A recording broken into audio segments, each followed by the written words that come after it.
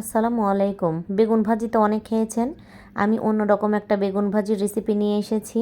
মোটামুটি মাঝারি সাইজের করে বেগুনগুলোকে কেটে ধুয়ে 1 চামচ লবণ, 1 চামচ হলুদ ও 1 চামচ মরিচ গুঁড়ো দিয়ে মেখে রেখে দেব সাইডে।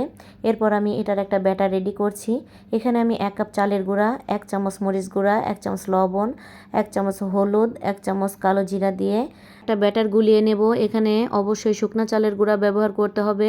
আর আপনাদের কাছে যদি টেম্পুরা থাকে সেটাও ইউজ করতে পারেন। ময়দা বা আটা দিয়ে হবে না। এখন আমি বেগুনগুলোকে এটাতে ডুবো তেলে ভেজে নেব। আর এটা এতটা ক্রিস্পি হয় খেতে।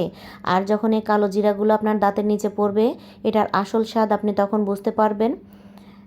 আমার বাসায় যখন মেহমান এসেছিল আমি এটা করে দিয়েছিলাম। তারা আমার কাছে রেসিপি জিজ্ঞেস করেছিল। তাদের জন্য এই রেসিপি। নিত্য নতুন ভিডিও পেতে আর এরকম সহজ রেসিপি পেতে আমার চ্যানেলের পাশেই থাকুন। দেখা হচ্ছে নতুন কোনো ভিডিওতে। আল্লাহ হাফেজ।